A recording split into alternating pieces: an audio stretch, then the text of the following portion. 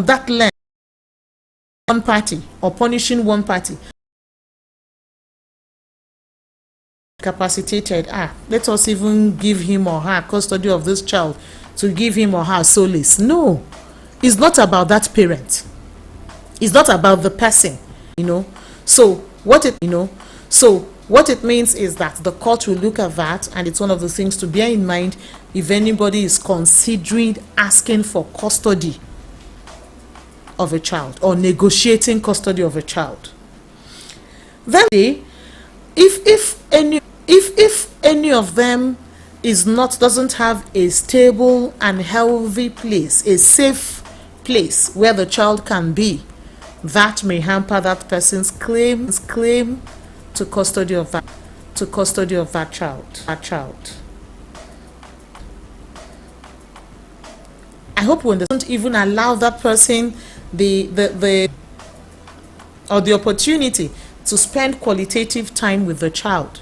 Take these complex relationships with empathy, wisdom, and legal awareness. Join Chioma Onyemichia Uko every Thursday at 9 p.m. on the People's 105.5 FM Abuja, 105.5 FM, number 4 Ordinia Close, up Libreville Street, Wuse 2, Abuja, for possible airplay of your song. And guess what?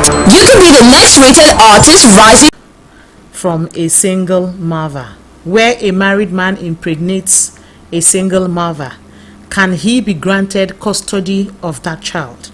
That's the question we're answering. That's the conversation we're having on tonight's episode. What is in the best interest of the child? So no matter how the court doesn't do anything to favor one party or to punish the other, or to be that this matter is being settled within families, that may also happen. But wherever it happens, the driving principle, the driving consideration should be what will serve the best interest of the child. And I have mentioned, some of it. And the court may now look at things like, the degree of familiarity between the child and the particular parent, or even the child's preference. Yes, the court can actually ask the child. The court can consult the child alone.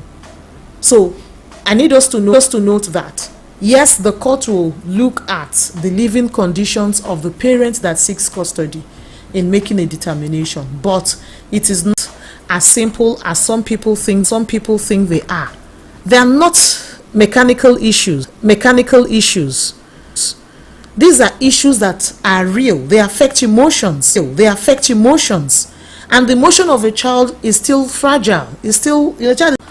If a child does not enjoy to be in the same environment with a parent, or a child doesn't want to be with that parent alone, all of this they would prefer to do for their children, particularly in the area of physical availability or emotional availability. But regardless that, it is important that every parent pays attention to do their bit in investing time with that child. It's important that you invest in that to reassure that child that that child is appreciated. And even where the child is not performing in their optimum, to also encourage that child and boost the child's self-esteem, and generally help that child grow in confidence or participate in the child's life. Did he take the child to school and back? Did he follow the child for hospital visits and all of those? Did he support the child and go on recreational activities with the child? There are other compelling reasons, and I've mentioned some of them. Then the court will also look at the means and availability of necessary resources of both parents. So where a parent doesn't have the means, where that parent is even struggling to feed their own selves, where that parent doesn't have a means of livelihood, it will be difficult for that parent to have custody of a child, because he or her will not be able to grant that child the best necessaries that child needs. A child needs to feed, a child needs accommodation, a child needs medical care, A child needs leisure, recreational opportunities and activities. A child needs, a lot of things. And most of those things can need money for one to access them or purchase them.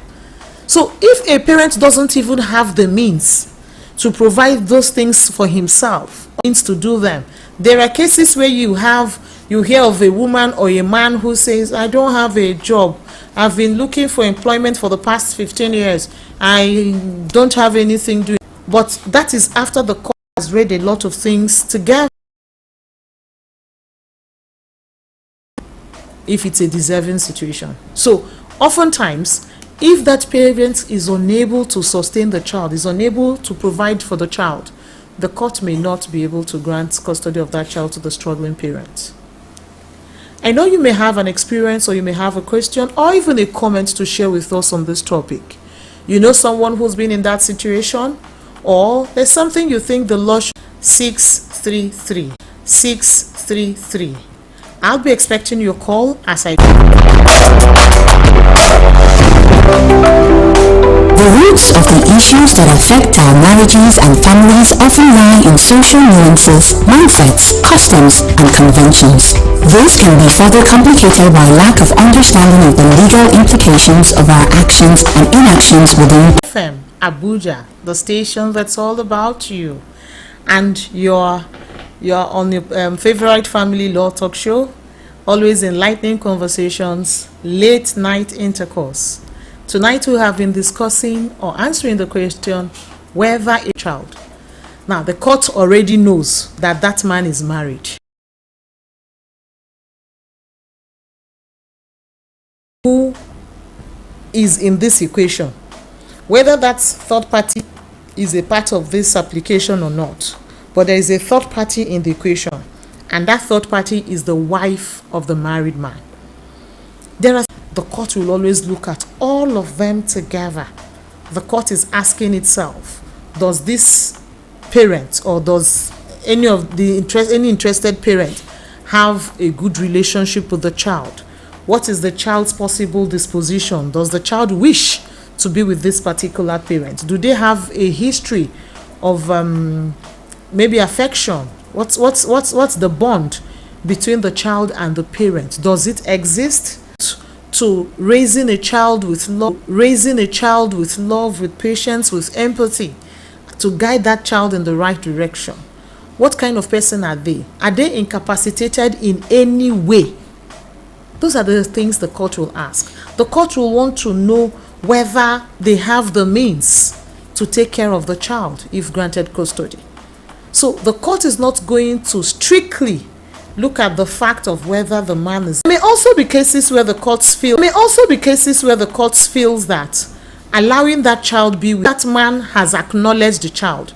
You know that one of the ways that paternity can be proven is by acknowledgement. So where the birth mother says this is the father, and the father acknowledges and says, yes, this child is my child, it then means that that child can enjoy all the benefits from his or her father that should ordinarily accrue to even a child born within wedlock, because in law there are no illegitimate children.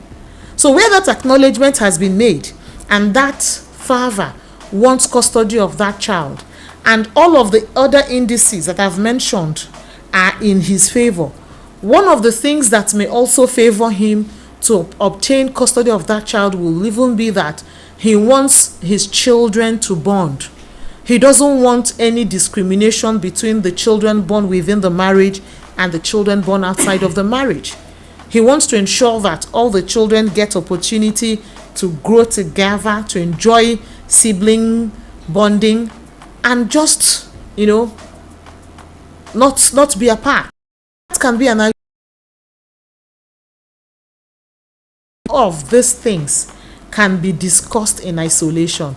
All of them are interwoven, and at the end of the day, the court will want to see that each component does not infringe on the child's best interest, will not jeopardize the child's best interest, will not threaten the child's best interest. And once the court is satisfied that all of those parameters pan out favorably, for any of the parents, the court will grant custody to that parent.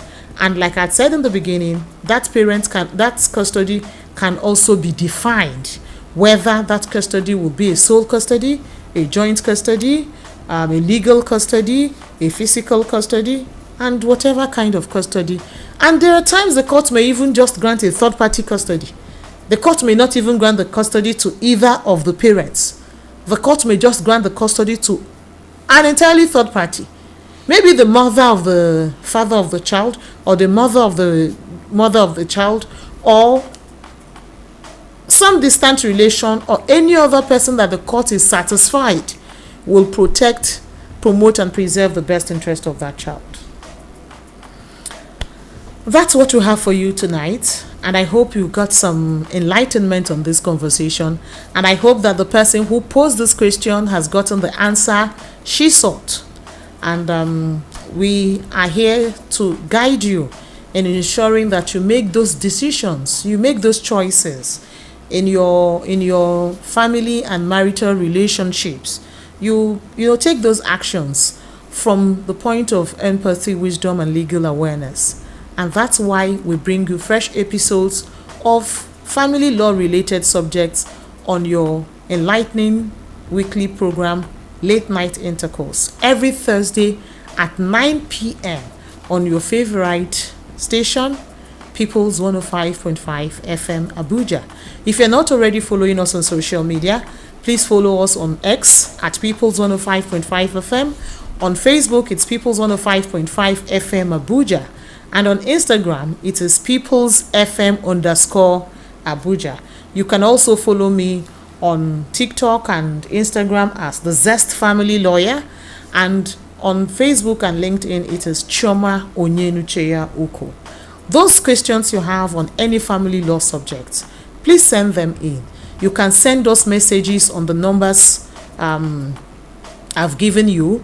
The numbers are 091 12 22 1055, 091 12 22 1055, or 090 80 000 633, 090 80 000 633. Send in those questions and we'll be happy to answer them, so that we guide you in making those decisions or taking those actions on your marital and family relationships from the point of empathy, wisdom, and legal awareness. See you same time next week on another enlightening episode of your favorite family law talk show. For tonight, do enjoy a restful one. Bye-bye.